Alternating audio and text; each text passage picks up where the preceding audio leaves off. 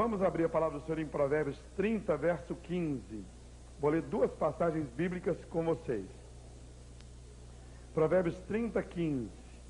Eu gosto de falar desse assunto que eu vou falar. Provérbios 30, verso 15.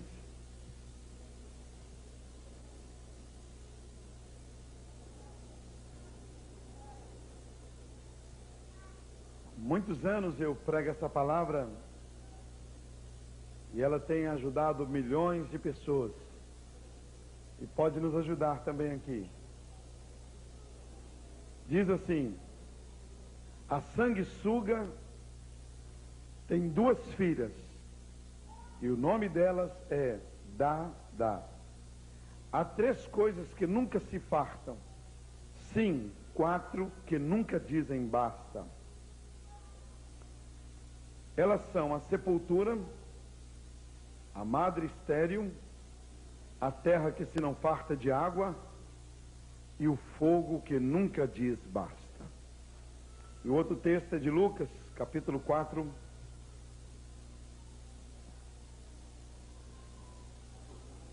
Lucas, capítulo 4, quando Jesus prega o primeiro sermão dele, entrando na sinagoga, se assenta na cadeira de Moisés. Isso era uma blasfêmia para aquele povo que estava ali. Se assentou na cadeira, dizendo que ele era a resposta a todas as profecias.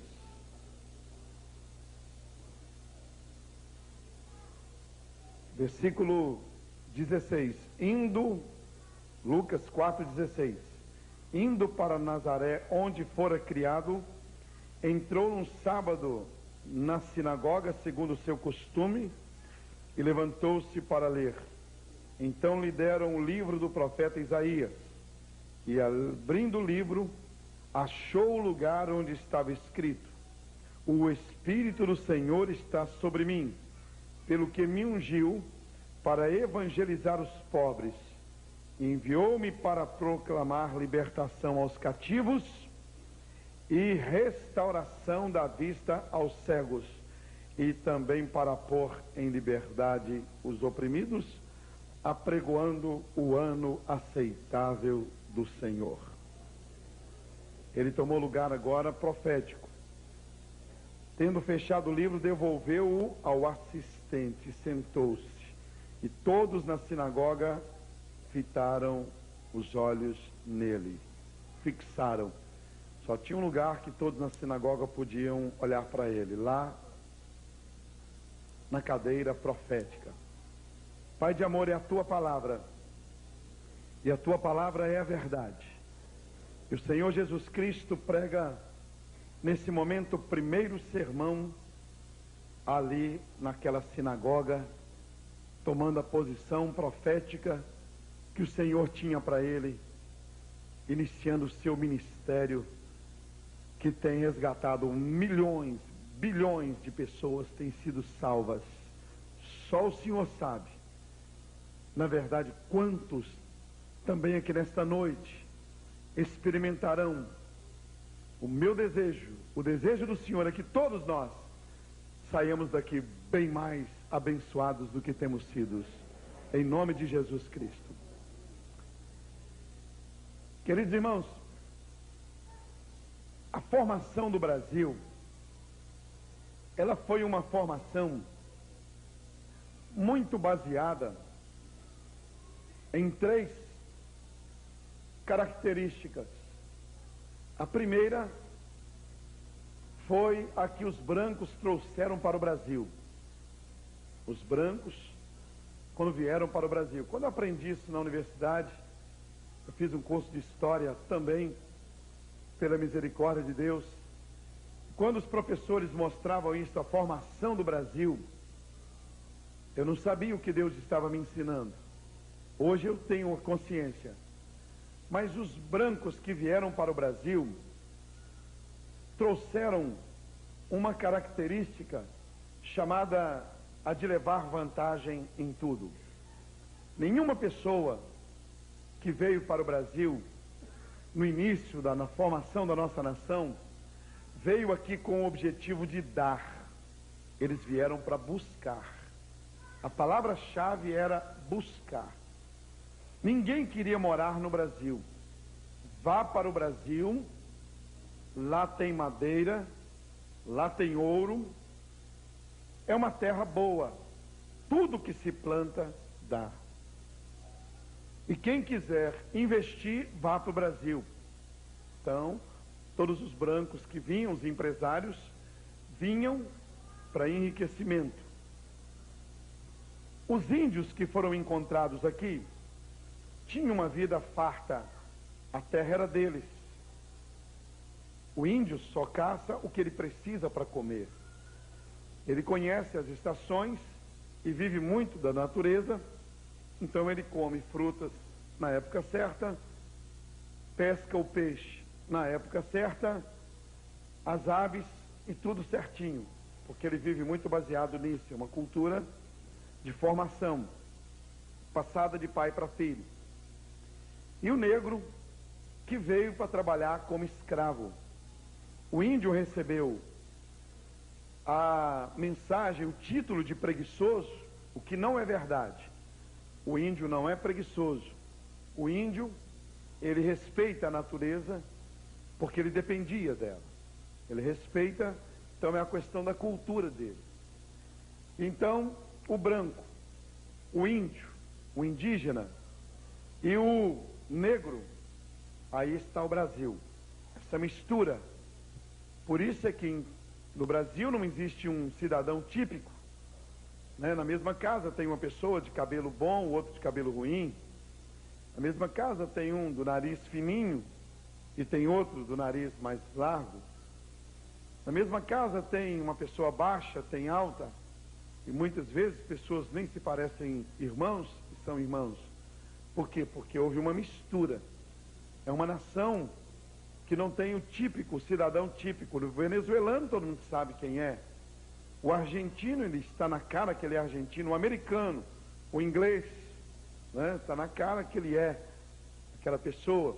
Mas o brasileiro não. O brasileiro tem de todo jeito. Olha aí para o seu lado e você vai ver. Quando o Brasil, ele começou a ser evangelizado, preste atenção porque eu creio a sua vida não vai ser mais a mesma. Quando o Brasil se tornou alvo de missões há 100 anos atrás, 130 anos no máximo, os americanos, os holandeses, poloneses, eles trouxeram para o Brasil tudo. O brasileiro gostou. O evangelho no Brasil chegou através de alimento, de corte de cabelo, chegou através de doações. Então os cristãos nem se acostumaram a comprar a Bíblia. Eu posso perguntar aqui, olha, eu tenho certeza que se eu perguntar, no máximo 10% é que comprou a própria Bíblia. A maioria ganhou a Bíblia. Nem a própria Bíblia eles aprenderam, porque ficou a cultura aqui de ganhar a Bíblia. Olha como é sério. Então o brasileiro ganhou a Bíblia, ganhava usinários, ganhava alimento, ganhava o material de construção, ganhava tudo. Então o brasileiro só tinha o trabalho de cultuar a Deus. Só o trabalho. A formação foi essa. Historicamente, é isso aqui, olha. Na história de evangelização do Brasil é essa. Leve, e os brasileiros gostam. Tira piolho, limpa os pezinhos dos meninos, dá uma cesta básica, e o brasileiro acostumou a receber, acostumou a ganhar, e ele só quer ganhar. Tem uma frase do Brasil, que é a lei do Gerson, que o Gerson briga sobre isso, que é: o que eu vou ganhar? É levar vantagem em tudo. Só tem um jeito de você vencer isso: se você ouvir uma pregação e você repreender esse espírito de sanguessuga, o espírito de Dadá. esse espírito que Moisés também falou no início, que Davi falou, que Isaías falou também, e que o próprio Senhor Jesus, ele também falou que não podemos servir a Deus e as riquezas. Eu conheço pessoas que são pobres e são miseráveis. Conheço pessoas ricas que são liberais. E conheço pessoas ricas que são miseráveis também. E conheço pessoas pobres que são liberais. Isso vai muito do que a pessoa recebeu, do que os demônios estejam agindo, na área que os demônios estão agindo naquela família e naquela vida. É sobre isso que eu quero falar. Salomão percebeu que existia um espírito chamado sanguessuga. Quem era Salomão? Era um homem rico, riquíssimo, um homem acostumado a dar. Mas ele disse, existem demônios, existe uma casta, que a mãe se chama sanguessuga, e as filhas se chamam dadá. Está aí na Bíblia. Me dá, me dá. A mãe é sanguessuga. O que é sanguessuga? É um ser vivo que não quer ter o trabalho de trabalhar. Só quer sugar o sangue. Entra na veia, entra no corpo, seja de um animal, ele vai beber água, seja uma pessoa. Uma vez eu fui em um poço, e quando eu entrei dentro daquela água, a água represada, quando eu olhei, minha perna estava cheia de sanguessuga. Elas querendo entrar pelos poros, e eu não sei o que aconteceria comigo. Eu tive que cortar, elas não queriam sair, foi terrível. Então tem esse nome de sanguessuga. O que é uma pessoa sanguessuga? Como que esse espírito é uma casta? A Bíblia identifica uma família de demônios que atuam na área financeira. Mamon é o pai, sanguessuga é a mãe, e os filhinhos chamam-se dadá. Olha que coisa séria, duas filhinhas, duas garotinhas. Nasceu uma menina, o Mamon pôs o nome nela de Dá. A segunda filhinha, Dadá. Então é o espírito de Dadá. Eu fui, certa vez, ficar em uma casa no sul do Brasil. Sul do Brasil. E eles me puseram na casa daquele pessoal. Quando me põe na casa de uma pessoa rica, eu tenho muito problema. Porque eu sei que normalmente eu vou ficar com fome. Normalmente, eles não comem. Toma pílula, é uma pastilha na hora do almoço, outra na hora da janta. E eu não falei nada com o pastor, viajei o dia todo, lanche de avião. Me arrumaram aquele ping-pong, aquele voo que vai parando, para tudo enquanto ela já tinha. Eu falei, o Dadá está querendo me pegar já de cara. Aquele que sai 4 horas da manhã, vai para Fortaleza, depois volta para Brasília, passa em cima da cidade da gente, e depois chega lá no sul, 6 horas da tarde.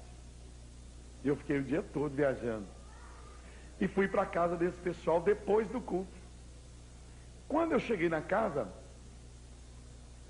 parecia que o Dadá não estava lá, os demônios, o sanguessuga nem o Mamon. Mas depois do culto eu percebi que o demônio estava soltinho naquela casa. Fomos jantar. Sentamos à mesa, me deram um guardanapo bonito. Quando o guardanapo é lindo, eu já fico, sabe? O talher é lindo, eu falei, Jesus, tem misericórdia. E aí, o homem pôs aquilo no peito, cheio de talheres, e lá vem água quente, chazinho, rosquinha, um pãozinho partidinho, alface e patê. Meia-noite. E eu acompanhei tudo que o homem fazia. Patê, alface, sanduíchezinho desse tamanhozinho assim. Comi uns 4. Pus o chazinho, tomei umas 2 xícaras.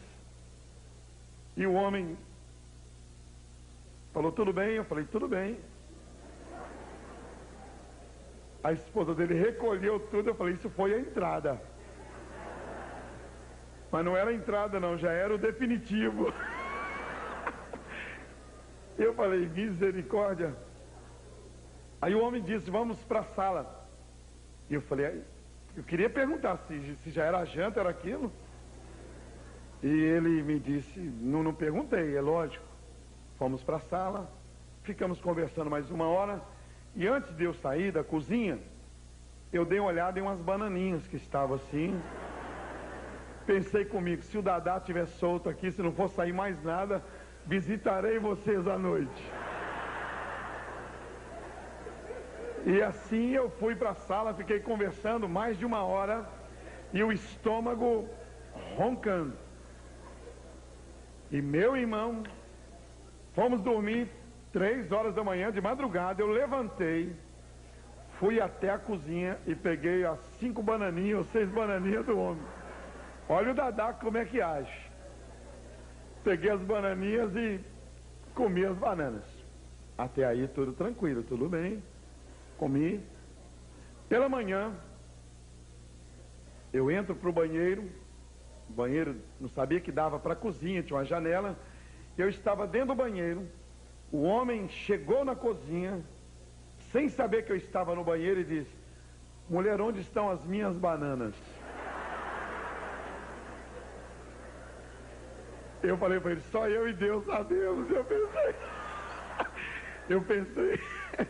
Pensei comigo, só eu e Deus. Mas aí ele: cadê as bananas? A mulher falou: olha, esse pastor que você trouxe aí deve ter comido as bananas. Eu estou dentro do banheiro, até aí eles não estão sabendo nada. Eu estava com as casquinhas da banana do lado, era a prova do crime. Eu sem saber o que fazer na casa, dei descarga nas cascas de banana. Leva embora logo isso aí, misericórdia. Mas eu esqueci, aí deu um silêncio lá fora, eu saí. Quando eu saí, eles estavam sentados assim, e o homem disse: o senhor estava aí, pastor? Eu falei: estava. Aí a mulher virou para ele e disse: eu sabia que Deus ia dar uma lição em você. Eu parado em pé, assim, junto à porta do banheiro, e ela virou para o marido dela e disse: pastor, esse homem é miserável. Ele controla banana aqui dentro dessa casa. Ele controla comida nessa casa. Ele vigia tudo. Esse homem quer saber quanto tempo eu fico debaixo do chuveiro, quer saber tudo. Esse homem é miserável, pão duro. Ela usou uma expressão gaúcha lá, falou que ele era uma unha de fome. E eu fiquei naquela casa ali. O pastor foi me apanhar para eu ir almoçar com ele. E eu falei que ele não precisava eu ficar ali mais, estava bom, estava uma discussão. Esse aqui é o espírito de Dadá. A pessoa, ela é miserável. Isso faz parte da vida dela. Ela tem dinheiro, mas ela é miserável. Ela compra um carro e ela não consegue arrancar o plástico do banco do carro. Você conhece pessoas assim? Ela compra um carro e o plástico fica no carro. É uma coisa terrível. Ela não usufrui do que ela tem. Ela tem uma roupa, ela não usa aquela roupa. Tem um relógio e não usa o relógio. Ela não usufrui do que ela tem. Essa pessoa está literalmente prisioneira dos espíritos que vieram da Europa e da América para o Brasil. E isso é uma coisa muito séria. Porque precisa ser repreendido. Precisa ser resistido. É preciso que se enfrente. Você vê que Jesus Cristo começou o ministério dele. Ele pregou para quem? Eis que o Espírito do Senhor me ungiu para evangelizar os pobres. Ele começou evangelizando os pobres.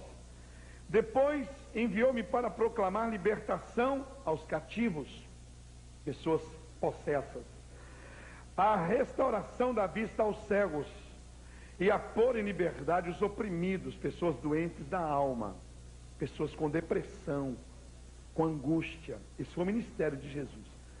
Ele começou com os pobres. Será que foi só para cumprimentar os pobres? Quanto ao cego, o cego enxergou. Quanto ao oprimido, o oprimido se libertou. Quanto àqueles que estavam possessos foram libertos. E quanto aos pobres, foi só para cumprimentar? Jesus queria melhorar a vida deles na área financeira. Começar uma geração que tivesse domínio sobre as posses. Pessoas que começassem a dominar. Que elas subissem na vida, mas que o sucesso, que o dinheiro nunca subisse acima do patamar estabelecido por Deus. Você vê que isso acontece na sua casa.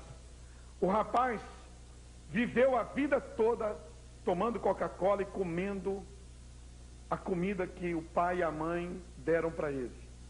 Quando ele começa a trabalhar, ele compra uma Coca-Cola e põe na geladeira, e ninguém pode mexer na Coca-Cola dele. É um espírito que domina a pessoa. Ele compra um frango, as duas coxas e o peito pertence a ele, que ele comprou.